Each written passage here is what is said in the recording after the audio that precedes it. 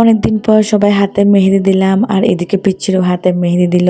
তো কি জন্য হাতে মেহেদি দেওয়া সবকিছু তোমাদের সাথে আজকে শেয়ার করব। তো হাই, আসসালামু আলাইকুম সবাইকে। আই হোপ সবাই অনেক অনেক ভালো আছো। আলহামদুলিল্লাহ আমিও অনেক ভালো আছি। আর আমি একদিন আগে হাতে মেহেদি দিয়ে ফেলছি যেন মেহেদি কালারটা সুন্দর আসে। তো মেহেদি লাগানোর পর কিছুটা লং দিয়ে আমি হালকা বাফ দিলাম যেন কালারটা সুন্দর হয়। সারা রাত মেহেদি রাখার পর এই হলো সকালবেলা মেহেদি কালার। আর মেহেদি গুলোর কালার আস্তে আস্তে গাঢ় কালার হয়। আর আজকে হলো সাবার এক্সাম। আমাদের যে কোনো প্রোগ্রাম থাকলে তখন ওদের একটা না একটা এক্সাম লেগে থাকে। তো আমি সাবার এক্সাম শেষ করে এখন কাপড় চোপড় গুছায় চলে যাচ্ছে আব্বুর বাসায়। এখন প্রায় 2টা 2:30 বেজে গেছে। তারপর একটা সিনজি নিয়ে নিলাম। সিনজিতে ওঠার পর বাইরের ওয়েদারটা এত সুন্দর ছিল। বাইরে হালকা বৃষ্টি আর মেঘলা ছিল। তো আমি কথা বলতে বলতে চলে আসলাম আমাদের বাড়ির কাছাকাছি। বাসায় আসার পর খাওয়া দাওয়া করলাম। খাওয়া দাওয়া করার পর মেহেদি আর্টিস্ট ছিল।